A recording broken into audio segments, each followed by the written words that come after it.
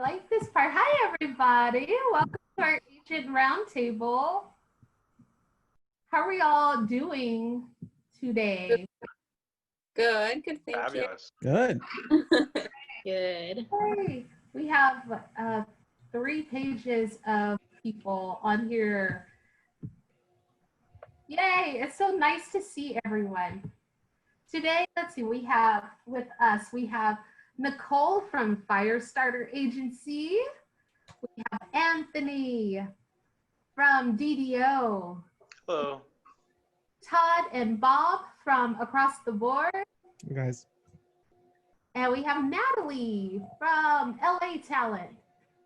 And at some point we may have Julie. I'm here. She's there. Julie's here. It took me a minute. He's hiding. Hi. That was perfect timing, Julie. Well played. Oh, why, thank you. She knows how to make an entrance, everybody. Timing is everything. Everyone write that down. Timing is everything. So get started. Let's see. I have a couple of questions for you all, but I'm going to go back and recap just in case there are people that are on today that weren't able to get on last time. We'll start with the number 1 question everyone always asks. How do I get an agent? Let's go over that one again. I'll start with Natalie. How do I get an agent? Well, that's a great question. Best way to do, is to do your research. What is your main focus? What are you looking for? Do I want commercial rep? Do I want theatrical rep, which is TV and film? Or am I looking for musical theater or theater rep? So if you're looking for someone that's across the board, that's very select. I don't think everybody does all the things, but a few do. But, you kind of have to own in on what you're specifically looking for. And then do your research, talk to friends, talk to teachers, talk to other actors, and, kind of get their ideas and say, hey, like who have you submitted to in the past, or get with somebody that maybe is also in the same boat as you. 2 heads are better than 1. So, own in on who would probably be best for you. So I specifically do TV, film, and theater. So if you're looking for someone across the board, I might be a good option for you. But if you're only looking for theater, there's going to be different agents that are, selective and kind of picking that way, and then I would, sign on and take a look at their roster, see who a majority of their client list is. If you pop in and you run down their IMDb list and you see 10 or so girls that kind of look like you and are in your category, chances are that agent isn't necessarily going to be looking for someone in your category. So, I would look for someone who's liked in your category, or, maybe looking to switch things up, and I would just lead with your best work forward. I think we talked a little bit last time about, how to start an email and how to kind of submit yourself. Referrals are always best, casting director or, industry or another, someone who's kind of producer or something like that, director. It's always great to lead with. If you don't have that, just wow them the right way, make everything succinct, not too many links, make sure everything's working. So yeah, start there. Hopefully that helps a little bit. Wow, making sure everything is working is so huge and key, because I get video submissions and like, your link doesn't work, or it's asking me for a password, or it's this, or it's that. Yeah. Things and you're like, wait, who are you? Like, you have like a bunch of people in the first clip and you're like, which one is it? Or there isn't a picture embedded in the email and you're like, who am I looking at? So a few things, but that kind of. You actually just mentioned a couple of things also while you were talking that I have questions about today. So the first one is about across the board representation. I'm going to start with Todd and Bob on that, because they're from across the board.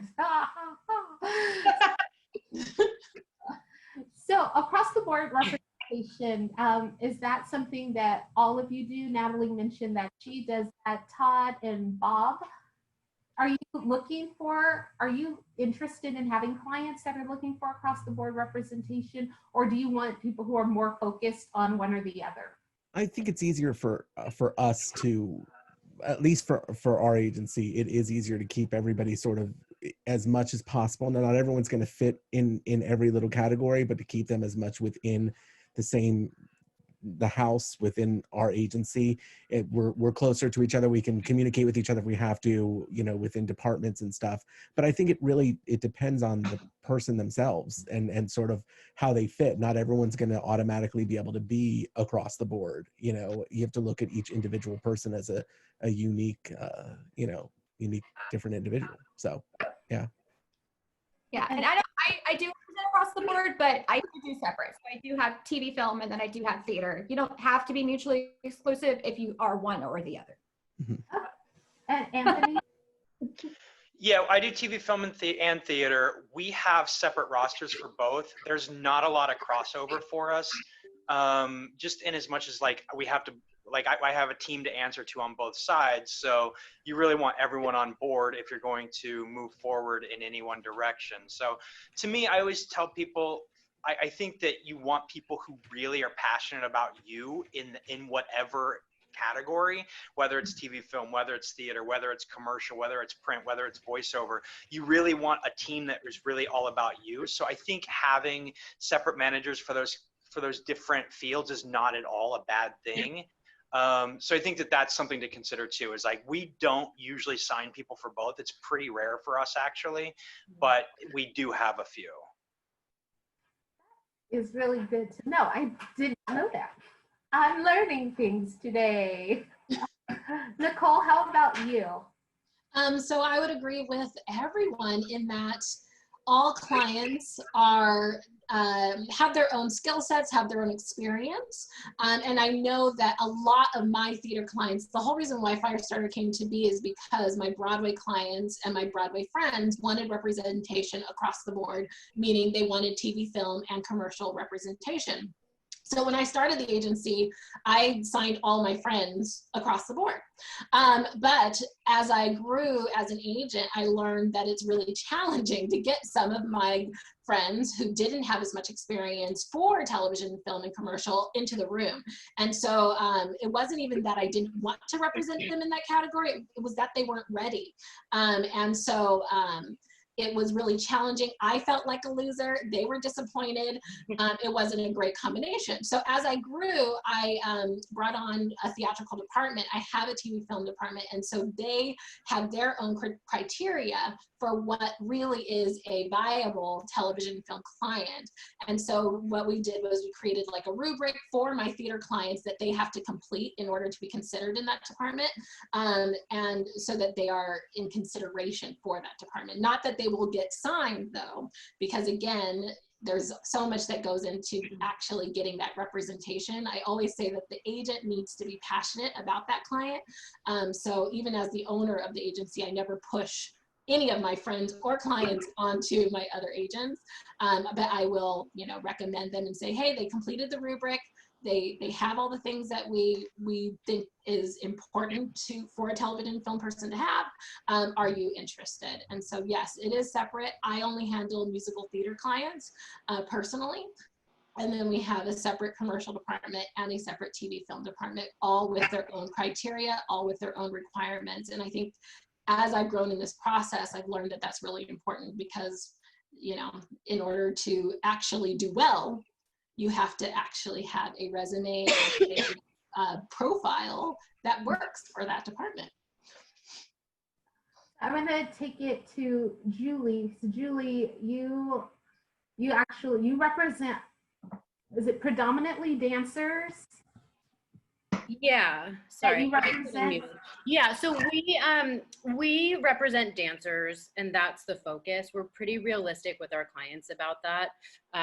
Only because we don't want to be the agents that say, we can submit you for everything, TV, film, commercials, theater, dance, and then fall short because dance is really the focus at the agency right now. We are expanding and growing in these areas, and it's, you know, kind of like everybody else has been saying, it is really driven by the client and their skills. So I have a handful of clients that are a little bit older that have been doing this forever, that have really strong relationships with casting directors, that have an acting resume. And so sure, you know, we've had success and I've submitted them in the TV film area, and that's been great. The second I feel like maybe we're not getting enough, maybe dance is really taking over because it's super busy, then I'll absolutely tell them, like, let's see who else we can add to the team. Maybe a commercial agent, maybe a TV, a theatrical agent. And then, so it's case by case for each client, but I'm usually, from the get-go, just very upfront with dance is the focus, but depending on what the client's skill sets are, let's see what we can add in. And if we feel like you need to seek other representation, we have that conversation about who to add in. And we also make sure that it's clear we don't step on each other's toes. If I have a client that signs with a commercial agency, we don't submit them for any acting commercials. And we would hope that the commercial agency wouldn't submit them for any dance movement commercials. So it's kind of that understanding, but again, it's really case by case, but the majority of what we submit on is all dance related. Okay. Bob. Yes. Do you want to throw anything in? No, I think everybody else is pretty much summed it up well. We, as Nicole stated, we're pretty much, like I said, I'm strictly theater, musical theater, and non-musical theater. So we have if you are assigned in multiple departments, you will have an agent that does TV and film, or an agent that does commercial that comes across. But also for those, if it's something you're interested, if you're signed in theater and TV and film is of interest of you, but your resume isn't there yet, it's something continue to work on before getting representation, because there's things to do, do your homework, do that. You can, just because you're not signed in a division right now, if you're only in theater and you're interested in whatever, even if you're turned down at one point, doesn't mean don't, continue to work on it and resubmit, talk to the agent, what do I need to move forward in the other departments. Doing your homework, that's always great advice that people should take. Do your homework, that's really key, especially in this business. Going back to something else Natalie said in the beginning, was talking about doing your homework and due diligence when looking for an agent. You mentioned looking at their roster. So just wondering, for you all, how many people of the same type will you typically have on your roster? Do you have okay, I have enough of this, I have enough of that? Do you have a maximum or minimum or anything like that? I'll start with Anthony on that one. So it's funny that you would start with me, because I think I'm going to have a wildly different response than anyone else. So one of the things when I created this department at DDO that was really important to me is that we not look at actors as types. It is vital to me. It is just rooted in how we do business. We do not categorize people in that way. So for me, it really boils down to, there's not a hard number. It's not oh, I've got my young ingenues. We don't look at it that way. What we look at it is, I'll have 30 people who kind of look the same if I feel like I can get all 30 of them work. So at the end of the day, in order to come onto the roster, it's got to be someone that we feel passionately about, and someone that we feel passionately about, and that we are relatively sure we can still work for, given the roster, the way the current roster set up.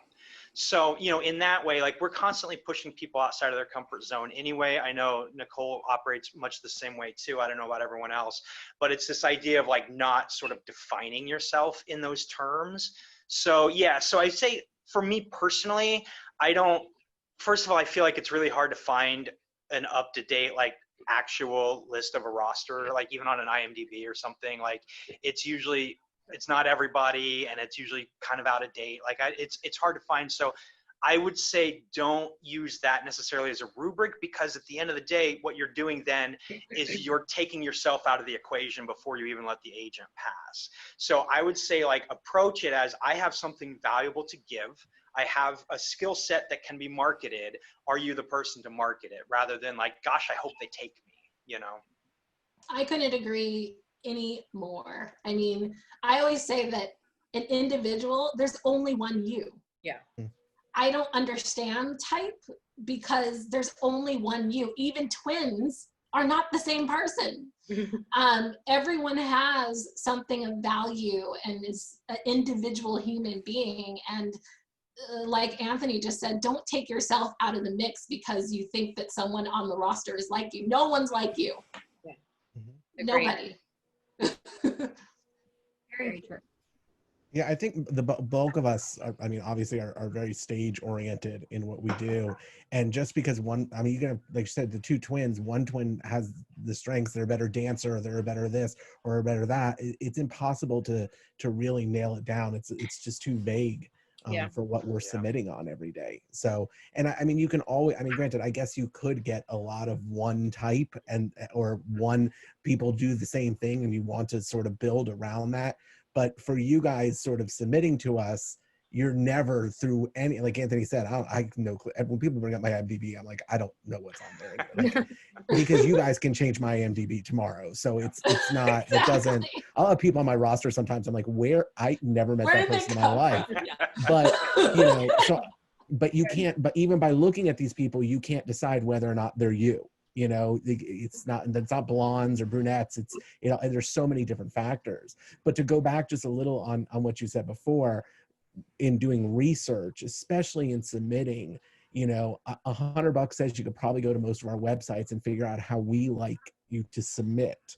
So the first thing that happens to me is when you submit a different way, I'm like, okay, this is, step one is sort of blown. And it's not something, I'm not talking about, you know, if we ask for one thing and you have a referral and it's somebody very close, or I told you to do something like that. I'm talking about just a random submission to an agency. If you start that step off wrong for me, I just wrote it off, because it's like, okay, we're already off on the wrong foot. But 100%. We all have, I mean, many of us have a submission process that's listed on our website. So follow the rules, follow the instructions. And the most important thing that somebody said earlier, make sure your links work. Yeah. You have no idea, that sounds so basic, but it's not. It happens more often. We just had our open call audition. I can't tell you how many people's actual audition links did not work. Yeah, it's nuts. And goodbye. Like I didn't have enough time to go back and email the person and say, hey, your link doesn't work. It was an open call. So I had to pass. And also too, with referrals, if you are getting referred by somebody, and I talked a little bit about this last time, but a couple things. If you're getting referred by somebody, make sure that if that person is not reaching out directly on your behalf, that they know that you're using them as a referral. Yes. And then also, just because you have the in with the referral doesn't mean you can't, you can email and not follow the proper protocol. Like I've gotten so many emails of like, hey, so-and-so referred me. End of email. Yes. And it's like, okay, but can I have the rest of the information? Because, you know, again, that's now I'm kind of like first step blown. Just because you have the referral doesn't, and it's also an email. It's not a conversation where you call and you're like, hey, I was referred by so-and-so. And then I would say, okay, great. You know, so that's also, make sure that you're following through with everything that you would normally do, or that you're just learning how to do. And we don't have the time to like email them back and be like, wait, what do you want? Yeah, are you looking for like that? Exactly. What Julie said happens so often. So often. And it's ridiculous. Like, well, what do you want? Like, surprisingly enough, and we could all probably sit here and tell stories of all the things that we've gotten that just have blown our minds over the years. And Amber, you too. I mean, just from casting and stuff. But you know, the amount of times we get these emails of people that are referrals, and they didn't talk to that person about that referral and how they thought. I mean, I have clients text me all the time saying, hey, I have this friend who really wants to submit. What do you want them to do? That's great. The other thing is, in doing your research, I will tell you this, the first thing that happens for me when I get a submission, if I see you were in a show that I have a client, I will immediately text that person. And all I do is put their name with a question mark. That's what I do. And then I let them sort of take the rest of it from there and let that guide. So, you know, do your research there. That can help you. And it could hurt you too, but do your research. I also get any of a number of submissions using referrals that I've never heard of, like people who are with other departments at DDO, people who like just people I don't know at all. Like, I don't think they referred you. Yeah. And then you reach out and they just have no idea who you're talking about. And so it's really important. And honestly, if you're using somebody as a referral and they don't know it, and then they come back to us and maybe don't have the best feedback or just don't really know you, you may have had a better shot of just like a blind submission, you know, Yeah. and just emailing over your materials without anybody's name for us to review. And that maybe could have helped your situation. So, you know, it's just being very thorough. And I think this seems really obvious, but like, don't try to trick your way into an agent. Yeah, I mean, we please. all have really strong bullshit detectors. Sorry for the language, but like, we all really have this is what we do for a living, right? So like, we're sussing out like what's real and what isn't, and like what's worth our time and what isn't. This is literally like, we're doing triage all day long. Like, this is how we operate. So I think too, like, I also would encourage people who are looking for an agent, like, put the time into the work. Like, if you put the time into the work, especially in LA, you can book without rep. So like, as you build your reputation, as you build your contacts, as you build your networks, you'll get the referral. Like, it's not difficult to sort of get, I don't want to say it's not difficult, but if you're a good person, you're doing the work, like, you'll get the referral. Like, lots of people love their agent, or, you know, lots of casting directors. I mean, Lindsay just said like they'll send straight to us. Like, it happens all the time. We get referrals all the time. So it's not, don't feel like you just got into town and you need an agent, you need a manager. Like, put in the work and it'll happen. We'll find you also. Yeah. We'll find you. Natalie, were you saying something? Oh, I mean, my reply only is this, or agrees with everybody, only a little bit on the TV film side. Because I run a little bit more boutique-y, where I keep my roster too large, I don't try to do too many of the same types. It's a little different on that end. But again, going back to, it's never a no. It might just, you know, take a little bit of coaxing, or if you have something extra to kind of offer to the table, or, you know, a little more wow or pizzazz to kind of catch my eye, so to say, you know, because sometimes it's easy to just kind of like scroll through submissions. So, you know, you can be creative. Don't be annoying, but you can be creative. So, you know, just I usually for like TV film try not to do, I mean, like one type more than like 10. I would say 10 is like a good like round number, give or take a few up, give or take a few down on that end. So that's it. I'm gonna switch things up a little bit from this direction and ask about balancing day jobs and auditioning. So, you know, a lot of people have day jobs and then they'll get an audition appointment from their agent and they're like, oh my gosh, I'm working. I can't get out of work, or like, how do you go about dealing with that? I'll start with Bob. All right. Well, first, if you're going with the specific instruction, you know, our rule of thumb is it's your job to attempt to move your conflict before coming back to us with the conflict.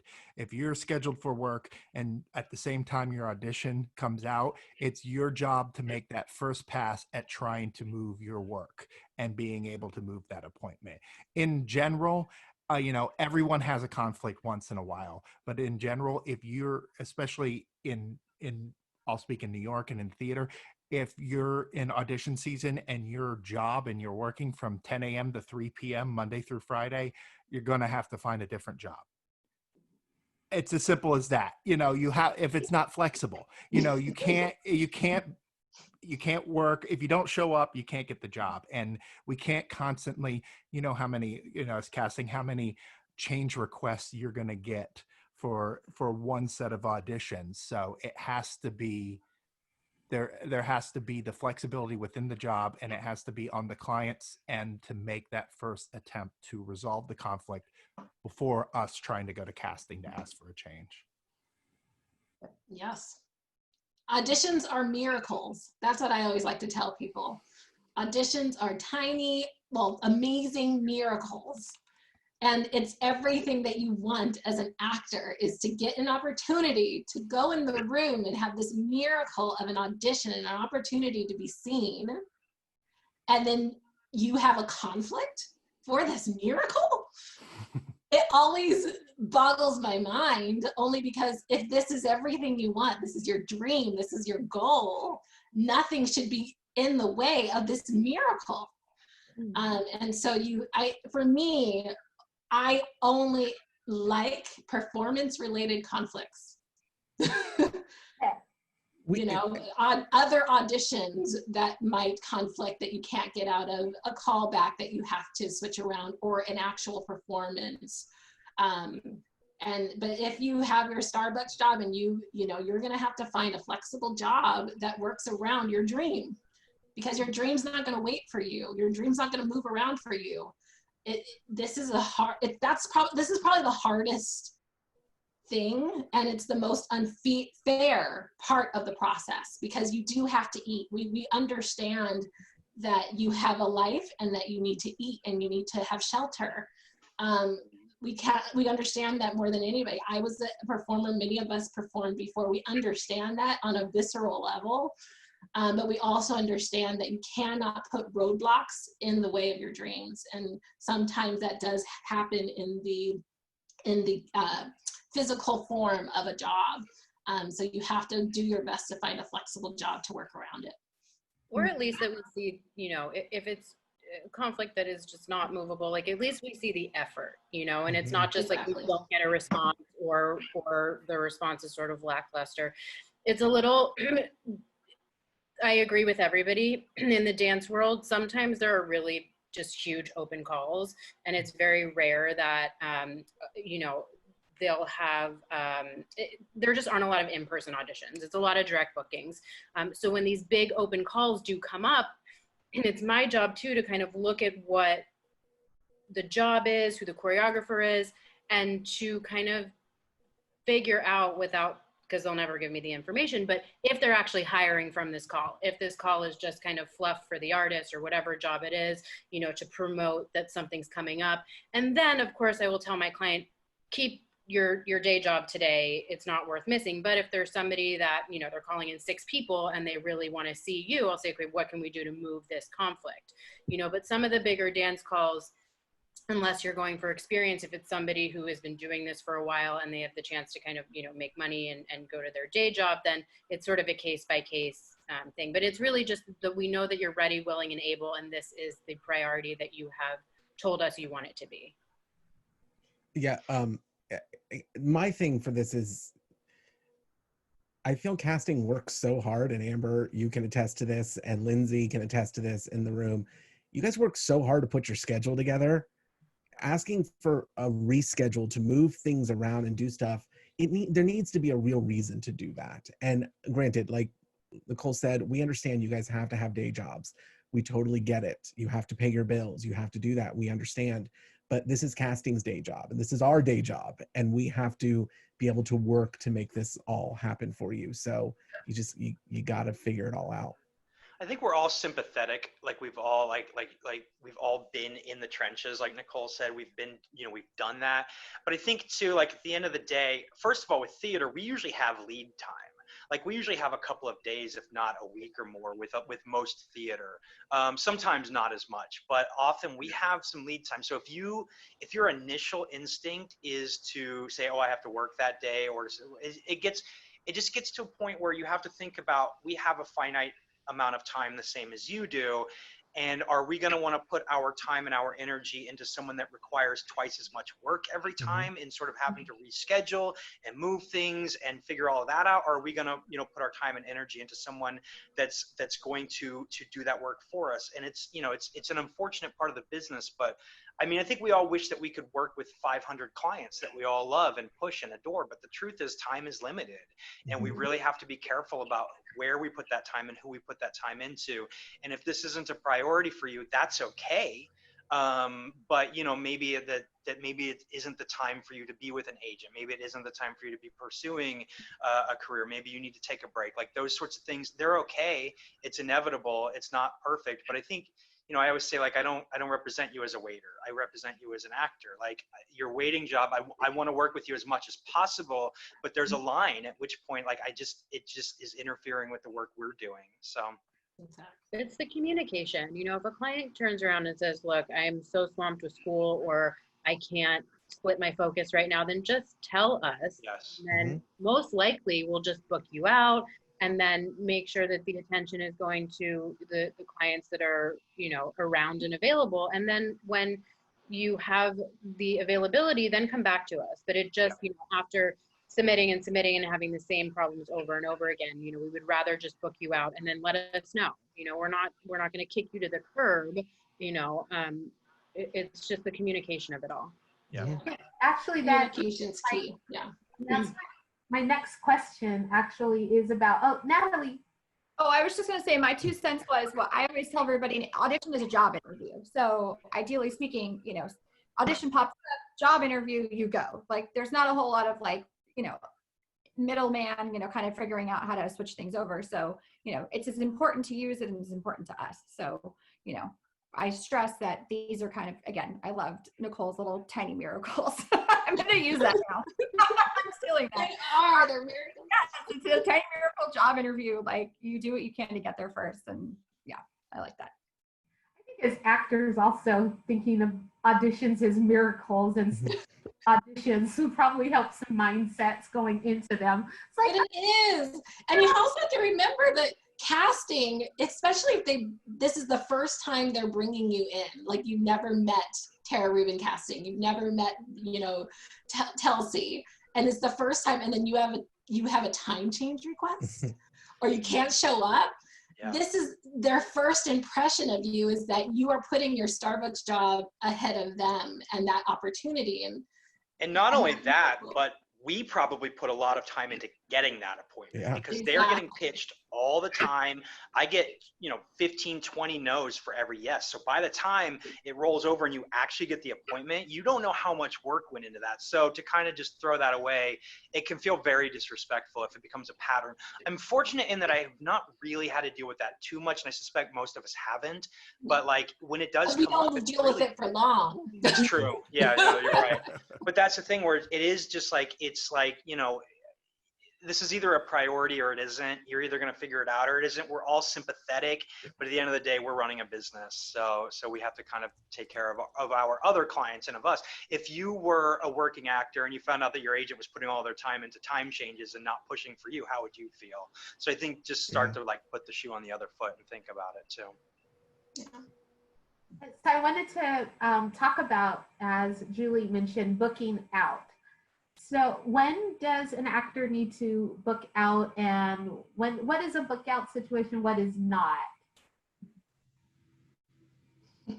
For us at GTA, I don't necessarily need a book out of like every week from a client, or these are the hours that I'm working. If I know you have a part-time, a full-time job, it's in the back of my mind that there may be a conflict that we're going to have to work out when I email you an audition appointment. But I think the main times to book out are if you're going on vacation, if you are not physically here in LA, if you're in school and you've got finals and you just know it's going to be, the workload's going to be too much, things like that, things where you really feel like you're not going to be able to have any flexibility.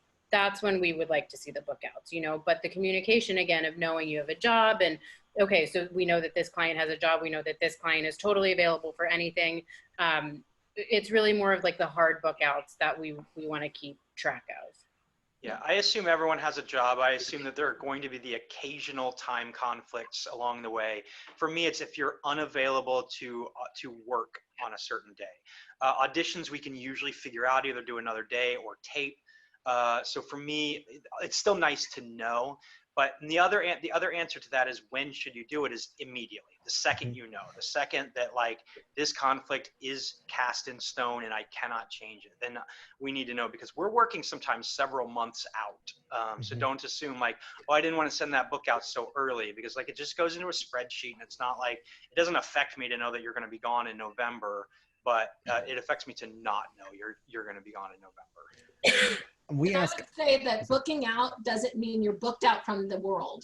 You're not booked out from the industry.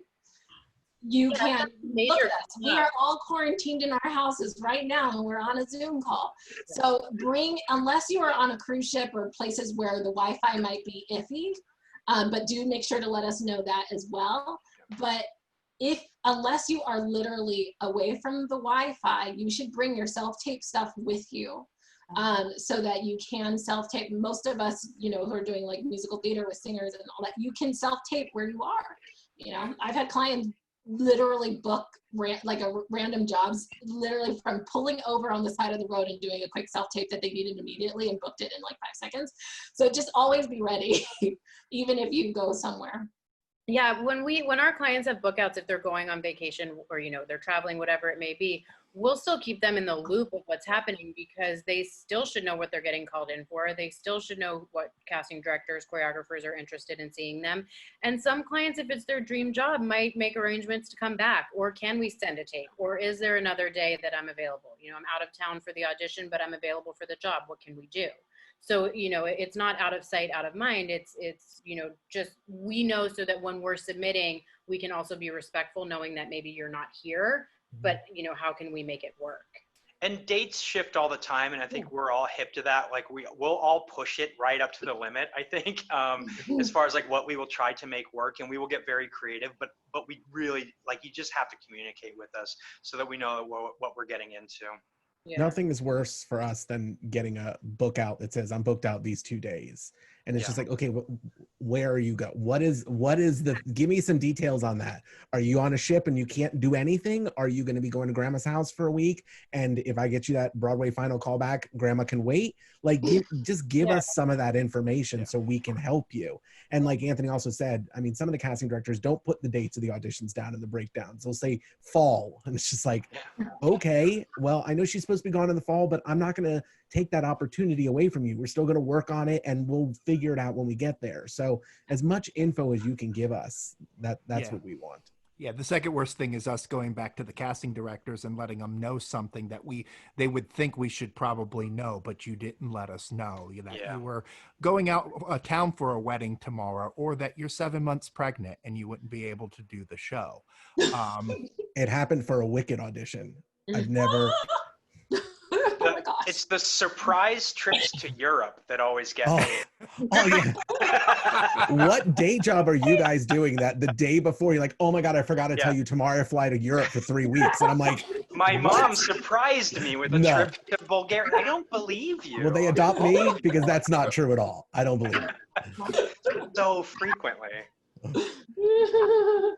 I found that a lot of times kids will be like, oh, I'm available for the audition, but I'm not available for the callback.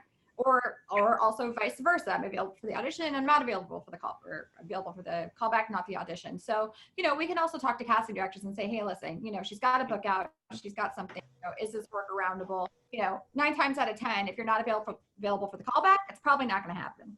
So, you know, you got to kind of be able to say, you know, pick and, you know, oh, I'm going to kind of look towards, you know, I really want to audition for Newsies at 3D Theatricals, and they're probably going to audition 2 to 3 months before. Like, maybe I'll wait to plan my Europe trip until after that. So I can make myself available. So, you know, audition seasons come and go, but if you want to kind of plan yourself accordingly, you know, TV film, it's usually dead between, you know, May and July, and then there's a hiatus. So, you know, episodic start back up in, you know, late July to August. So, you know, if you know the audition trends and kind of the audition seasons, you know, don't take your Europe trip, you know, from January to March in, like, if you're going to go to audition season in New York City. It's a terrible time to audition, or, you know, to take a trip, I mean, not audition. So yeah, you can kind of plan yourself accordingly. Be smart about it. And communicate. Like, that's the biggest thing. Just communicate. Yeah, that's not the first time that communication has. No, it's not. And it's not the last. I'm starting to think it's important, that communication thing. Let's see. Liz has a question. If you book a show and your availability reduces in a very specific way, do you care about that, or do you prefer full days only? As far as booking out, I'm assuming. I mean, I think pretty much all of us, if you're booking a show, hopefully we're involved in that in some capacity. Right. And then we would know about it. I do always say, let me know your schedule a little bit, your rehearsal schedule, so we can try to work around that. If it's something, for me, if it's something we weren't a part of and it's not a 3D show per se, you know, it might be that I don't want it to be a conflict. Hopefully that'll be able to work around the schedule. So it's kind of that give. Yeah, I think specifically with like the smaller shows that have the more remunerative employment clause and those sorts of things, like we may just be a little more savvy on that stuff. So I would say, you know, let us know. Like that, I think that's at the end of the day, like just let us know, and and it's going to be a case. We can't give you one band-aid. Like, yes, this will be a problem. No, that won't be a problem. Just let us know and we'll figure it out. We're a team. And so let us act as your team, like bring us in as early as possible into the conversation. Yeah. Looking at some of the questions. Oh, okay. That's a good question, Sophia. So, asking about agents being passionate about their clients, and this is for new potential clients. Could each of you share what your agency finds really exciting or makes you feel passionate about working with them? I feel like that's a complicated question because yeah, it's different like for I was everyone. saying earlier, every person is individual. Every person brings something different to the table that makes us excited about them as an individual. Yeah. So it's really, I mean, if you ask me what makes me happy about each individual client, I could tell you. But exactly, like Amber. But I can't tell you as a whole because it's one of those talent. What Anthony thinks is special, what Todd thinks is special, Rob, Bob, Natalie, Julie, it's so subjective. Mm-hmm. And that's why I was saying earlier, I would never push any of my clients onto another agent and say, this person's amazing, because what they feel about that individual is going to be different from what I feel. Mm-hmm. And it's so subjective. The casting process is subjective. Directors see talent differently. Like, it's very subjective. And so at the end of the day, what makes you special is what makes you special. And really the goal is to find the agent that feels that you are special. And I think, and that, you know what I mean? That's really it for me, you know? I can't tell you what that is. It's a special juice that comes on the table, and it's like relationships.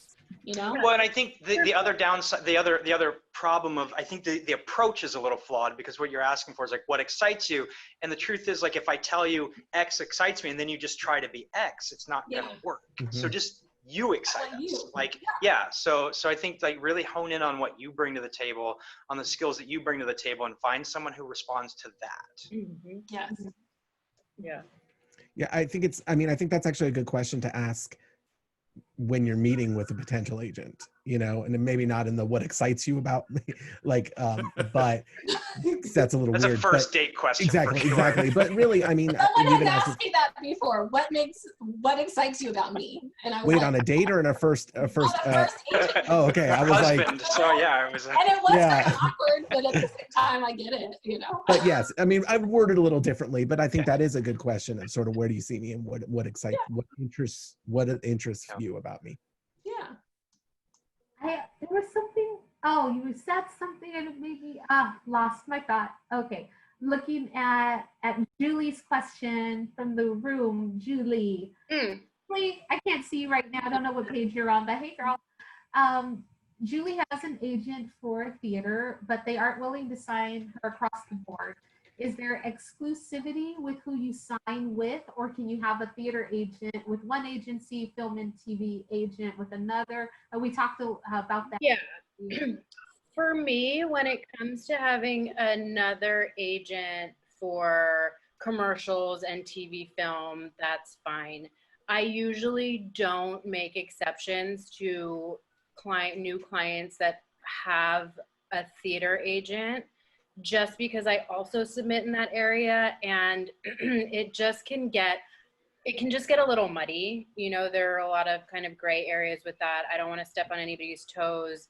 It just, for me, it's just easier to keep dance and the theater area under my umbrella. So usually, right now at least, if you are signing and you are with another, actually, let me rephrase this. Because some dance agencies also have theater departments, if it's another one of the dance agencies that are parallel with us, then that is a little bit problematic, you know? If there's somebody that has had their agent for theater for years and years and years, you know, and they're not submitting on anything dance related, then case by case, I'll make a decision like that. But if somebody is signed with one of the other dance agencies, but for theater, that's when it gets a little bit muddy for me. So I usually just, you know, like to say, if you eventually want to switch over here, or, you know, we hold off for right now, just because I don't want to step on anybody's toes, just because the dance world and then the theater world, if it's dance calls, can get, you know, a little intertwined. So, so case by case, but mainly no. I would say too, like, it's not at all uncommon to have a different TV film agent and theater agent. Like, that's actually super common. We have a lot of people who have careers in both that we don't represent in both. It's not at all rare. I think the big thing is, you know, we've talked about it a lot, but that's when like communication really becomes big, because that is when your theater booking is affecting availability in other areas and vice versa. And that's sometimes when you start piling on the agents, it's good to bring a manager on to kind of keep everyone in the loop, to keep, so, or, you know, if that's a skill that you can take on yourself, but it really then becomes about like schedule coordination, because a lot of agents don't like to work with people who aren't available. And so, you know, if you're going to be booking, you know, shows, if you're going to be booking a 6-month tour, like a 6-month writer, like a lot of people aren't going to want to deal with that. So I think those are the questions you need to be asking at that stage, is how does this all work? Or those are the questions you need to be directing, and just making sure the team is all on board. Because the more sort of, like I said, the more sort of people you add onto the team, the trickier it becomes to just make sure everyone's on the same page. So, but I would say, and guys, correct me if you disagree, I don't think it's at all uncommon to have different agents in those two fields, or in any fields. Yeah. And the technical side of it, the exclusivity contract between SAG, AFTRA, and then the agent, the equity one, is for those individual things. So that's where that lies in the technical terms of it. Yep. But yeah, absolutely. I mean, and then, but it does go back to the signing across the board. If you are really, really strong in stage, you're making that transition over, and you're at 2 separate agencies, you're giving one agency all your availability and the other one none. So sometimes when you're in-house, it works for the best of the agency itself, but that, again, it's all a case-by-case basis. And so you all are basically predominantly musical theater. I have a question about agents for concert soloists. Do you know of any? We don't. Yeah, I don't. Are there agents that focus on that? Is that Or usually bookers. It's Yeah, booking agents. Yeah, booking agents. It's a booking agent. And we don't sort of outside of the agency world with our type of agency. Sorry. But Natalie, you cut out. We didn't hear you. Oh, I was saying, like, sometimes concert singers, like, if you want to get hired on a cruise ship, like, they're oftentimes like lounge singers or something like that. Like, that's an idea. I don't know, maybe. Yeah, I can get you hired at the Win. Exactly. Back when Showstoppers was on, that was really the one right. field we had. Exactly. But no, I don't think that's just not our world, unfortunately. Okay. So let's see. I think, well, we're kind of out of time, but I just have one more question. Oh, okay, that question, Rachel, your question cut off. Okay, Aaron. Oh, okay, I'll ask that question. So how do you handle clients relocating to New York? Do you continue to represent them? Do you have agents in New York that you work with? Or are you with cast? Do you have with casting in New York? How does that all work? The whole New York thing. Well, I'll just answer for DDO. We're tri-coastal. We have offices in New York, Chicago, and Los Angeles. Our departments work very closely together. We're in constant communication. It's just how we've built our departments. So what will happen when we have someone who goes to New York for an extended amount of time, and that varies depending on, that definition varies, they will meet with our New York office, and they will determine independently if they are going to add them onto the team. So if you sign it with DDO Los Angeles and with me in Los Angeles, I'm on the team forever. So it becomes a question when and if you move to New York, if we add other agents to the team. And that's something you have a say in, and that's something that they have a say in also. So no one is forced to work with anyone that they don't like. So I have a number of clients in New York that I work with and our New York office does not. I have a number of clients in New York that our New York office does work with. So there's no hard and fast rule. It's a little bit different for everyone. Sometimes when someone moves and I think it's maybe premature and I feel like I don't have the bandwidth to handle them in that market, we will agree to part ways. So those are the sort of the scenarios that can play out, but it really is an individual case-by-case basis for us. We work exactly the same way. We have a New York team on the ground there, and if somebody wants to cross over, they need to get approval. It's the same thing that we talked about earlier. I truly believe that every agent has to be passionate about the people they're working with. So just because I loved that person, I'm not going to assume that my New York team loves them too, in the same way. And I want to make sure that they're just as passionate. It won't work if your team is not passionate about you, and you want that. So I don't think just having representation is everything. You want your representative to love you. And so anyway, so yeah, we work very similar to Anthony. I am LA and New York, so I am it. You're in LA and want to move to New York, you know, come in, we'll talk and see if you're ready, or, you know, that's really the right move, and that's it. And then go to New York. We have people in both places, but cover you all together. So like Bob's on the East Coast, I'm here in LA, and we cover you as a team from wherever you are. We don't care where you are. Oh, there's so many questions coming in right now, but we are out of time, basically. I'm just going to do one more question before I turn it over to Gigi. This goes back to submissions. I see 2 questions about it. I'm just going to roll them into one. We talked about it earlier. So Marissa's asking what should be on her reel what should be on reels for submission. I think the general blanket answer was you all have specific things that you're looking for and directions that you give when you're accepting submissions of what you want to see. And then also, I think that goes along also with when submitting, what is preferred for the subject line. So if you all can touch on that. Care. Yeah, we don't care. Just name. No one cares. Yeah. Lead with your best stuff first. Yeah. You get the gist. When speaking of the reel, no, I mean, what goes on a reel is your absolute best work. It cannot, you have no space for a pause. You have no space, not for a pause, but for like work that isn't your absolute best. The top 10 to 15 seconds should be your absolute best work. The next 10 to 15 seconds should be even better. Like there's no great answer. It's just really great work is what goes on a reel. As far as the subject line, we don't care. Like just your name and submission. Like it's fine. It doesn't. How long should the reel be? As long as it can sustain. I mean, like up to 3 minutes, that's lengthy, but it's not terrible because people will still click around. But if you've got 3 minutes of real quality material, I doubt you're submitting to cold submitting to agents. Like the truth is, like if you've got great material, put it in and figure it out. There's no such thing as too long if it keeps people interested. And we have, I will say casting, we don't have the longest attention span or that much time. So give us your best, give it to us right up front and let us move on. Let us know within that first 10 seconds of your 7-minute reel that we need to get a hold of you right now.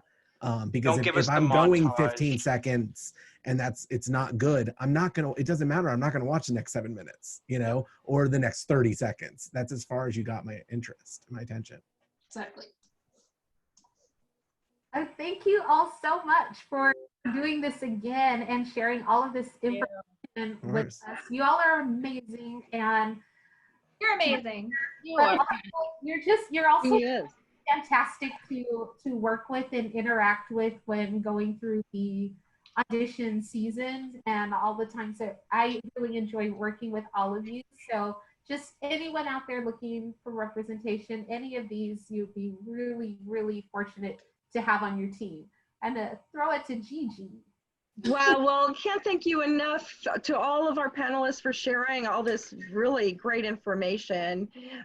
It's so kind of you to take your time out to help us out. We're all in this together and sharing our gifts, sharing this knowledge. So everybody here in attendance is armed with great information to go out there and kill it, right? Yeah. Ready to go out there again. I'm so excited. On behalf of my team at 3D Theatricals, we're so grateful to all of you. We're so thankful for all of you who are participating